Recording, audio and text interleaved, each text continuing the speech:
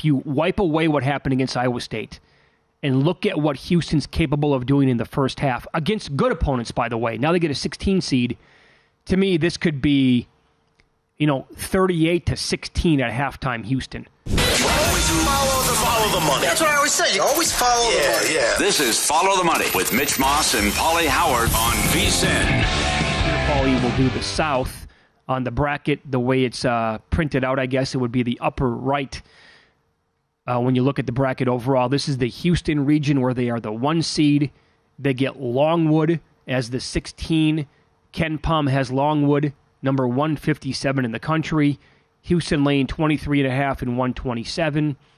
I don't want to sit here and put too much stock into what happened in the Big 12 tournament game, the title against Iowa State, but just know that that's my biggest problem with this team for the next 2 weeks.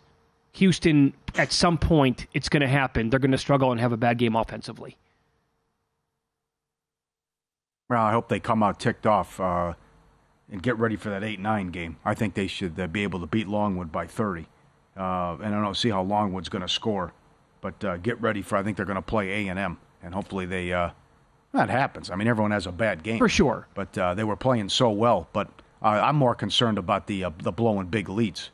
But that was just you chalk it up. You don't even watch the tape after that game. What happened to Iowa State? Yeah. But certainly there'll be. It was so bad though. People are going to overreact and maybe get off Houston and futures and on their brackets. Could be. I'll tell you what. I think the Houston first half angle, where they just, generally speaking, if you wipe away what happened against Iowa State and look at what Houston's capable of doing in the first half against good opponents, by the way. Now they get a 16 seed. To me, this could be, 38-16 at halftime Houston. Yeah. So I will absolutely be looking to play the Cougars in a first half bet here against Longwood out of the gates. You mentioned if they win it here, assuming they do, they'll get Nebraska, Texas A&M. So then how much stock do you put into this? I mentioned how I don't like the Big Ten earlier. The SEC is absolutely loaded. You get an 8-9 matchup featuring two teams kind of like around the same mold here. Nebraska against Texas A&M. Nebraska favored by 1 total, 145.5. Yeah, I think that should go over, too. You're going to get outliers in strange games, but I was very impressed with A&M against Kentucky. And then again, you have Calipari and Rick Barnes, who have just been atrocious going back in tournaments, especially Barnes. But I like A&M here, and I'm surprised. I think the wrong team's favored. This opened 3. Nebraska was 3 in this game. Come on. That's outrageous to me. I like A&M. I think they win the game. Yeah, I don't disagree. And I think they give Houston a battle. If that's the game in the second round, I totally agree. That was one of the first things I circled last night, is like if we get A&M and Houston round 2, watch out. That could absolutely be tricky for Houston in that spot. This is the 5-12, and Wisconsin played really, really well in the Big Ten tournament. That was 85 apiece yesterday, final 90 seconds against Illinois. That's kind of the team that we saw play in January, not February. And they picked it up, found themselves again. But how many people are going to make the case in this 5-12 spot? James Madison, right away on CBS yesterday, and he does it every single year, but Seth Davis is like, James Madison's going to the Sweet 16. And that's all he does. He just picks the 12. This is, my mom knows a 12 beats a 5 every year. This is your Oral Roberts replay. What I mean by that is Oral Roberts was very good last year, and they ran right through the summit and blew everybody out. And everyone picked them to beat Duke. Everyone. And the game was over 5 minutes in. They threw up a total clunker. And it's just the point spread's kind of in the same spot, too. So they won 30 games. Everyone loves James Madison. To your point, what Wisconsin team shows up? I mean, they were so bad in February. But I love this James Madison team, but I think everyone is going to take James Madison, and that's why Wisconsin probably wins. I personally hate this matchup. As someone who is from Wisconsin and I've rooted for that team for a long, long time, but also I'm on a James Madison future ticket that pays 6 figures. So I wanted to be able to have fun with their first round matchup, and now I'm torn emotionally on what to do with this game.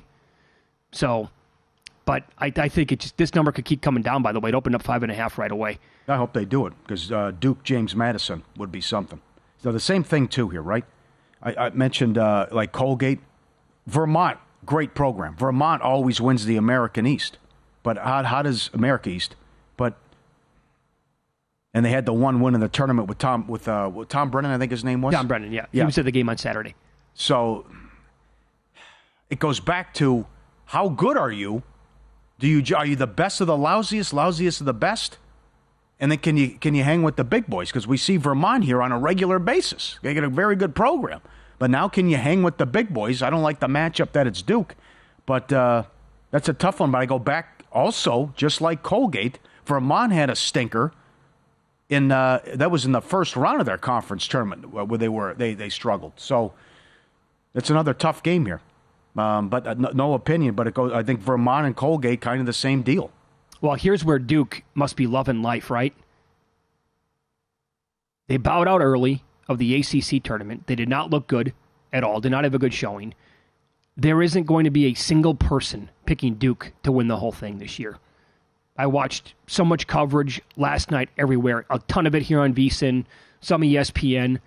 There isn't a peep about Duke making a deep run. They must absolutely be eating that up. Yeah. So, but the possible second round matchups that we have here, if Duke, I don't know, you're right about Vermont.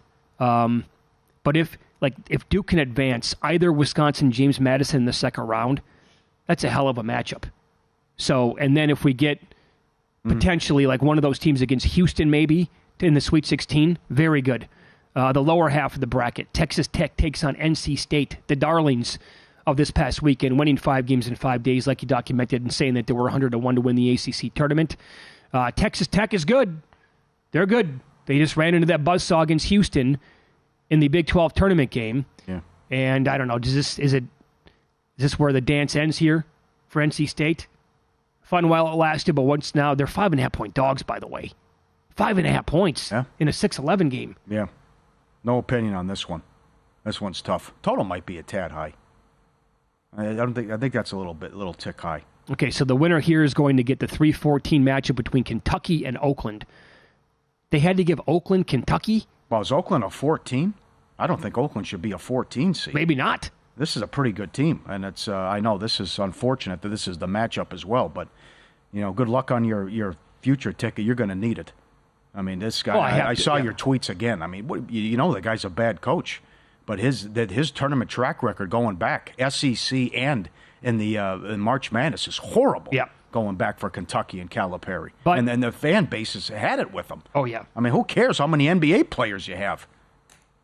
Play some defense and get some stops, and don't lose to St. Pete. Sure. And some of these teams that beat you. Now this is scary because Kentucky could lose this game as a 13.5-point favorite. In fact, I'm going to have a bet on this game that the market's unavailable yet, but I'll tell you what that is a little bit later on in the week. Something definitely is going to catch my eye here. It's a big number for a team that has terrible defensive metrics, but as somebody who is big time on Kentucky futures, I like their draw a lot. I think this is manageable. I think Texas Tech, NC State in the 6-11, that's if they get by Oakland. And then the bottom half, Florida, well, that was a gruesome injury yesterday. Oh. Florida can be dangerous, but also like Kentucky Marquette, I'll take my chances with that game if that's a Sweet 16 matchup. And up above, I'll gladly go against any of those teams that they have potentially in the Elite Eight. So I was pleasantly surprised. At least they didn't give them the Yukon region. Yeah. So I like that. The Florida kid who got injured yesterday. Now, I did not have the volume at the time. People said it was so nasty that you could hear the bone cracking on TV. And it was a compound fracture. Mm-hmm. It happened right away in the game. It was 7-2 out of the gates. But Florida's that kind of team that we saw it right in the first 2 games of that SEC tournament. When they're hot, watch out. Who do they play? I'm going to take Colorado. Are you? Because here's what I don't like, and they got jobbed by the committee. Boise State has, as everyone does, they got the viewing party, and they're all gathered as a team. Stunned silence. You could hear a pin drop when they're watching the selection show. They couldn't believe it, and I don't blame them. I mean, this is a good league, and for them to be in the play-in and a 10 seed. Yeah. But now, how long do you complain about that? I know Dave Koken. I've known him a long time. He always likes to play against teams that are still complaining about their seed 2-3 days later. But they come up with the play-in now. But Colorado's hot, And Colorado's playing good ball, playing the best ball at the right time. So I like Colorado there. And we'll see if Florida can take them out. You're right, that is a huge injury, though.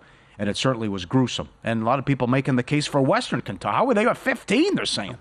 Also a good program with the Hilltoppers. And but the star player's going to, Shaka said the star player's going to play for Marquette.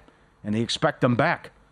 So that thing's wide open, too. Especially if Houston can't knock down some shots. I'll tell you what. If Kolek's going to play in this game, it's already got a super high total of 158.5 in that game. Now, Marquette's down to 13.5, by the way, so money keeps coming on Western Kentucky. Western Kentucky is the fastest team in the country. Highest pace, fastest tempo. If Kolek plays, even if he doesn't, but if he does... Well, he's playing. Yeah, this has got to be a bet to me on the over. Yep. All right. Where Marquette will play that style of game, and one of these teams will touch 90. I won't be surprised. Also, a consideration to me is going to be Western Kentucky, like first team to 10, first to 15. Up and down the court, if their shots are going in, why not? I'll take a shot. And you're right, back to Florida here. I like, when at full strength, Florida can make a deep run, or that's the team that will lose in the first round to the play-in winner. No idea how that's going to go. That's a tough matchup at 7-10. Yeah.